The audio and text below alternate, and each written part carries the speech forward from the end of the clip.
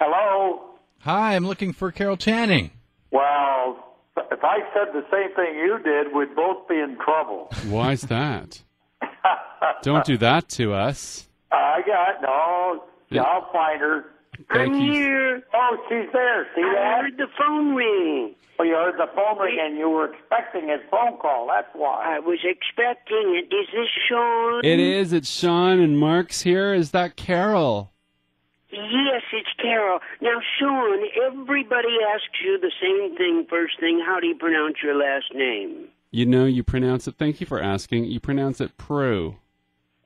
Prue. That's right. Just Prue. Just Prue. I know it looks more complicated, doesn't it? Because there's an X there somewhere and Yeah. an L. There is an L and an X, and you know what? Growing up with a name like that as a little boy was painful. You what? When you were a little boy, what did you do? It was painful growing up with a name like that because no one could mispronounce it. No one could pronounce it properly, and so you grow up embarrassed. Yeah, that's true. That's true. Oh, dear. Hey, Now, am I clear? Am I where you want me? You sound fantastic today. you sound great. Sean. And Thank you. Now, Prue. That's Prue. all. Pay no attention to the to the LX. That's right. That's right. Actually, before we get started with the actual interview, we were hoping you could say a little line for us. Would that be all right? Sure. All right. I'd be glad to. Sure. And it would just be something simple like, "Hi, it's Carol Channing, and you're listening to the Sean Prue Show on Okay. Proud FM." All right. All right. Whenever you're ready. On wait a minute. What if? On Proud FM. Proud FM. Yeah. Okay. Whenever you're ready. Okay. I do. I'm Carol. Carol Channing? Yeah. And you are listening to Sean Prue, the Sean Prue Show on Proud FM. I love you. D. No, I'm sorry I left out the D. Oh, that's fine. That sounded so great. Sounded really good. It's all right? Okay. All right. I think we'll get started. All right.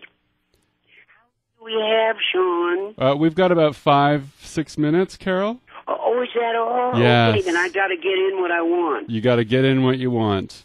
Okay, Yes. but we'll stretch it out. It'll be great. Now, wait. Can I go into the office and get... No. Harry? No, Carol, if you do that, then the phones will jam up. Oh, I see. I understand. Okay. You haven't got that Harry, much what's our new phrase? I've got to get it. And that is, we're not trying to save the arts.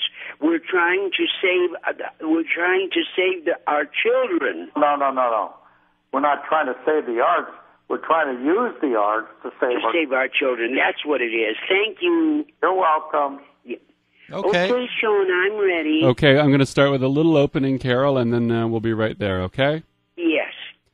103.9 Proud FM and the Sean Prue Show. Well, this is one reason why I love my job. We get to talk to a legend right now. She gave Clint Eastwood his first on-screen kiss. She was acclaimed in Gentlemen Prefer Blondes. She's won 3 Tony Awards, including one for her legendary portrayal of Dolly in Hello, Dolly. I want to welcome warmly to the show the one and only Carol Channing. Hi, Carol.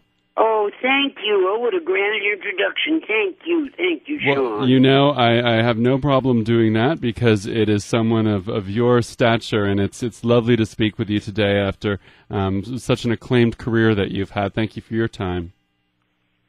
Oh, you're welcome. Now, I understand that, and I don't know whether a lot of people know this or not, but you are doing something that's near and dear to my heart. You are calling for a focus on arts in education, and I just love that. That's right. We've got to get it in, Sean. I didn't realize it myself, and nobody else seems to know it. But the arts. See, our new slogan is, we're not trying to save the arts. We're trying to use the arts to save our children. I understand. That saves the children. They're all dropping out of school. Do you know how many dropouts we have, and how many pregnancies, and how many drug addicts and whatnot? And that's because they're not using the wonderful thing that you and I got to use when we were in school, and that's the arts. Carol, we talk about that all the time here on the show, and I remember something that you said, and I wrote it down here. You said if children were exposed to art the way we used to be, they wouldn't have a problem with drugs because drugs aren't as exhilarating as art. And I know what you mean. That's right. It's absolutely true. Absolutely. And I remember, boy, weren't we fortunate, though, that we knew that? We knew doggone, and whatever, it doesn't matter what art. It just doesn't matter. But I remember skipping grades, and I'm not smart. You know what I mean? Carol, I mean, I'm not one of those smart children. That You're not fooling anyone. You aren't stupid either. I heard you say once that you actually didn't go to church very much because you're too busy creating every day. You use every day as a day to create. Oh, my goodness. Oh, when did I ever say such a profound thing? It was pretty profound. I've been reading some interviews in advance of this. We've been doing our research here on the show. Oh, well, anyway, I am so grateful to you and your proud FM. I'm really grateful because you've been my friends always. Well, yeah. And now I want to give to. We've got to. You know what? Teachers tell me they've fired all the art teachers. You know, in the public schools. We don't care about the private schools. They have their own art teachers. Yeah. It's public schools, and that's why the dropouts. And that's why, you know, this is like, really, it's dangerous, very dangerous. I mean, I hear that Obama just said we have to have. How did he put that? We've got to have more scientists, more mathematicians. No, there is no mathematics without knowing what the arts are. Absolutely.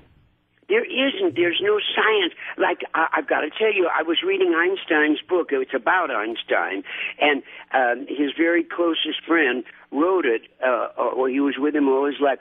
And he said, he said, no, I'm not smarter than my fellow physicists.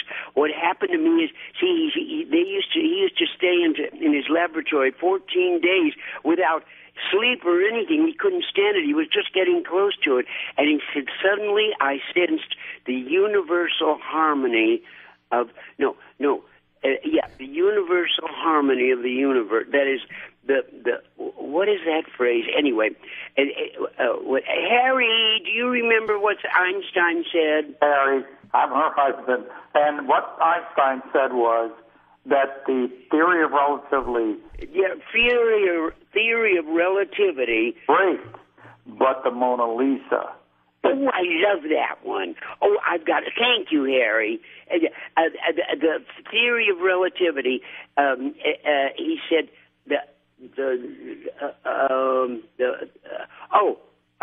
he said something about importance. Now, wait a minute.